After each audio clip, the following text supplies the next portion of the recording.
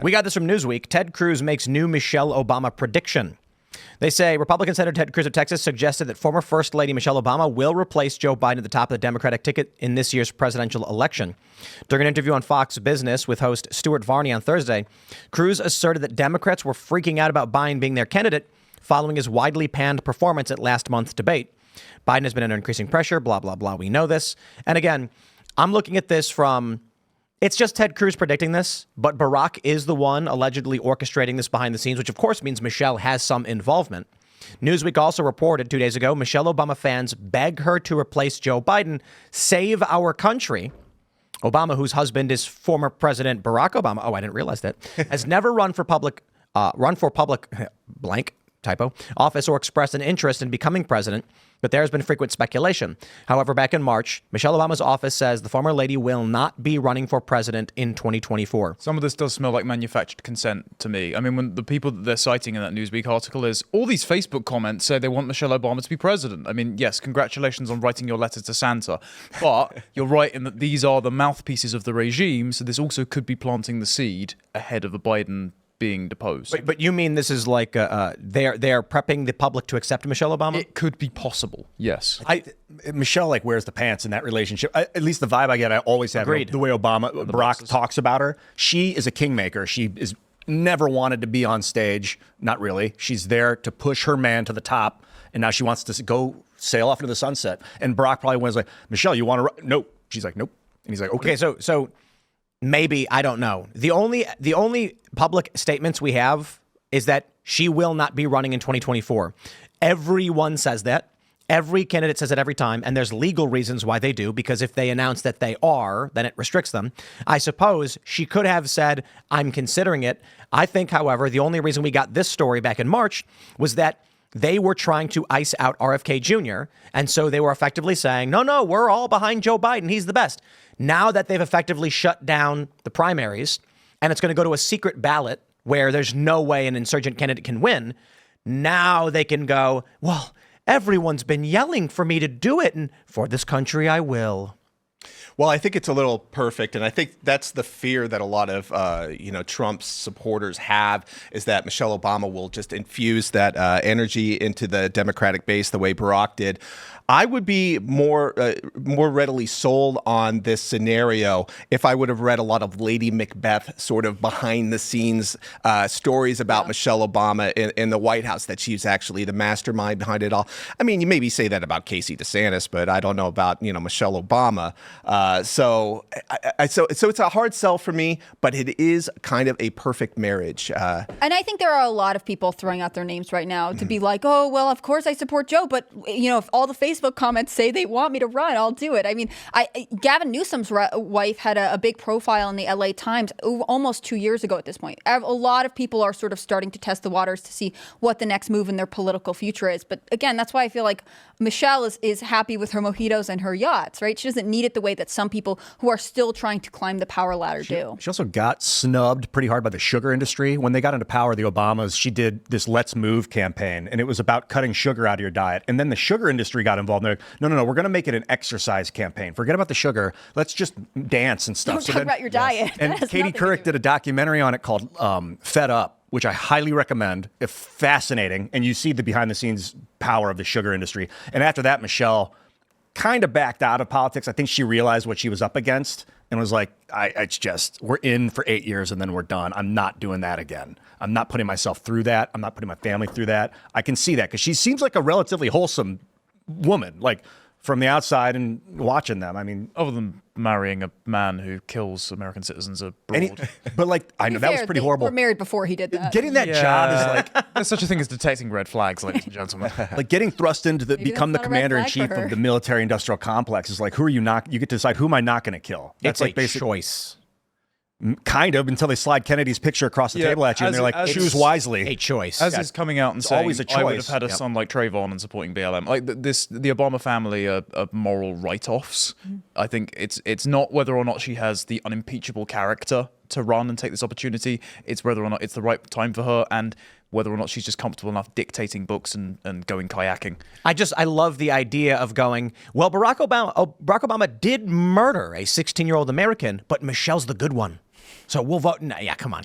I was thinking there's about this no on way. the drive She sits over. down with them at night and she's like, "How did it feel to kill that 16-year-old kid?" Felt pretty good. She's like, "Okay." Like you get that job. I was thinking about you actually because we were talking about you're like, what would I do if I was the president? And like, I'm not going to do it. And they're like, oh no, well, but if you don't do it, a lot of people are going to die and a lot of things are going to break down. So you're really going to have to go with this. It's been happening every day before you got here. Now that you're here, push the button, sign the paperwork because we got to make it happen. You're like, no, I'm not going to do it. They're like, okay, let me tell you this again. A lot of people are going to die and a lot of people are going to lose money if you don't. Now we need you to do this now. And you say, I'm not. Then they slide the picture of Kennedy across the table. And then if you say, I'm not, they'll say, we'll see you later. And you'll probably never see those Sure guys will. again. And that's why I said my scenario is one day, and I say this jokingly, I run for president and then I build a 15-inch triple-layered bulletproof plexiglass box in the center of D.C. where I will live with minimal privacy, but just enough privacy because people don't want to see that stuff. But and then I will just start signing executive actions and firing everybody and dismantling administrative bureaucracy. And then once I'm done after 2 weeks, I resign. And then so count your VP debates because I don't care. I honestly think you'd have to leave the country to run this country in that state, to be like that anti-establishment. You would have to flee because they got you where they want you if you're in D.C. 15-foot concrete slab straight down. Someone's got to bring you food. That's right. They know where you live. They know who's making your food. Like, That's right. It's a lot of other. It's I don't know, man. I'm just saying it's tough not to sign the paperwork to drop the drones in that position because that's like what the machine does. So I don't put too much hate on the guys when they do those things. You look at what happens to Donald Trump when he says, I'm the boss, we're going to do it my way. They say, well, then you're a Russian spy. Maybe you'll go to prison. And Trump's basically like, I am going to destroy you. Have you seen? I hope he gets rid of the bureaucracy and does these things. I'm not super confident. Have you seen all the hysterics that are on because he had Orban come see him in Mar-a-Lago, and they're like, "But Orban just met with Putin, and so therefore Trump is a horrible Russian supporter," or like whatever it is. Biden just met with Putin. I mean Zelensky. Oh, right. It's so confusing when we have Vice President Trump. But and also, like, how Putin's in else NATO. are you meant to draw a conclusion to the war? Oh, of course they don't want to because their military contractors are getting a very nice kickback. And that was your guys' fault. That was Boris Johnson's That's right. fault on the directive of the State Department because, again, we are a vassal state of the global American empire. I don't want to agree, but I do like the sound of that, so I'll accept it. You think it's an American empire? I think a lot about this. I told you. know. Five Eyes. We warned you this was coming. Because Five Eyes is New Zealand, Australia, the Kingdom of Canada, the Kingdom of Australia, the Kingdom of England, Hold and the on. United States. They're not kingdoms. They are kingdoms. Look up Kingdom of Australia. I'm aware. So in those countries, the monarch is only a figurehead and he has no executive power. He can authorize the executive general. What is it? He can't intervene in the to constitution fire of those country. the prime minister. Yeah, he can. What is it called? It's only in Britain. The secretary general. What's that role? The guy, the general, something general that can fire the prime minister at any moment. They actually did that in the 70s in Australia. They fired the prime minister because he wouldn't play ball. I don't think that's possible anymore because of constitutional reforms. I mean, if you look on the Canadian government's constitution, they only ever say that King Charles is a figurehead, and yes, he's on the money, but he can't actually intervene in our processes of government. That's only possible in the UK when it's His Majesty's government. You have to go and actively form the government at the behest of the king. Governor General of Canada. The king appoints the governor general and dismiss the prime minister. and then the governor general can dismiss the prime minister. The So Governor king- General of Canada represents the monarch, but the process must follow Canadian constitutional conventions. At least that's what So the king of Canada is Charles. He's the emperor of England, of Australia, of Canada. And I wonder who's really running. I don't think he's running the show. I just think it's the spy clubs like MI6 and CIA. You're not wrong about the Five Eyes, but I don't think the Five Eyes have interests directly connected with the monarch. Or I don't think at least he's sitting there like dictating it all the time. Yeah, I don't either. It's like we're at the stage in Rome where it's basically the Praetorian Guards running the show. Yes, yeah, that's far more accurate, I'd say. Yeah. But it does feel like an empire, and I wonder who that Praetorian Guard is at the moment. I do think it's the global American empire because a lot of it, we take our lead, a lot of it from the State Department and from what the Pentagon says, and mainly because the Thucydides trap of post-war America and Britain, the Marshall Plan meant that the British Empire was contingent on American loans to rebuild itself at home, and so it just sliced off sections of the empire to give to America. This is why the Suez Crisis happened. This is why the State of Israel was set up and the Britain abandoned their mandate over Palestine. The Americans just nicked a lot of the power. Can I just point out, the United States has military bases in the UK. Yes. Because they're a vassal state of the In United Germany and Japan and Australia, they've got what is it? Pine Gap in the middle of Australia. It's the largest military base outside the U.S. We Americans have occupied Germany and Japan since World War II. We've never left. But it's like our military, and who runs that? This military industrial complex. Who's funding it? Is it the Americans? Is it us? Is Is I mean, it international? Well, us, define us. Yeah, exactly. Is it the American people? I mean, not really, but it is. The United States is used as a mechanism for management of this system.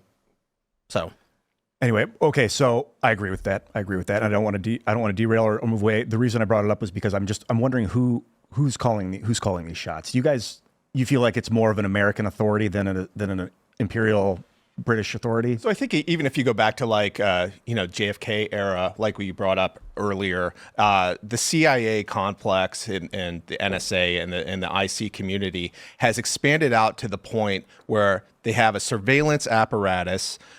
They dig up dirt on everybody, every politician, and whoever goes to DC, they are either blackmailed or they become millionaires or they're bribed. So I think like this regime apparatus, they call it the deep state. I guess that's as good a name as any, essentially pulls the levers through this kind of coercion, through honey traps like Epstein.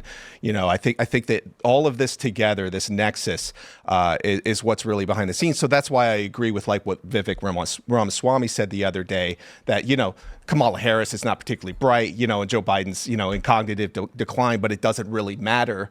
Because, and I would agree with him, because it's the system. We're all hung up about these different politicians, but they're all pretty much interchangeable. They're just basically the people who they have dirt on that they can get to execute their will. So like Joe Biden and like Hunter Biden, there's a lot of evidence that there were CIA ops around him going to Burisma, getting on the board and making money that way.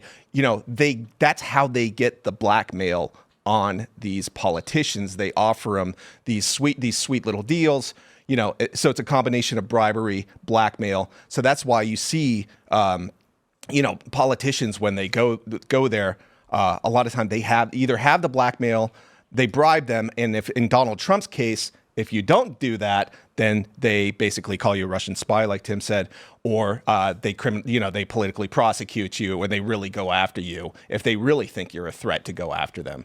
I think that's basically what's going on. If you want me to name names, well, I have a family, so I don't know. There was that business plot, because I want to be like 1941 is when Five Eyes got started, basically as a response to the Nazi Japanese incursion. They're like, well, we need a global spy network or we're going to get destroyed.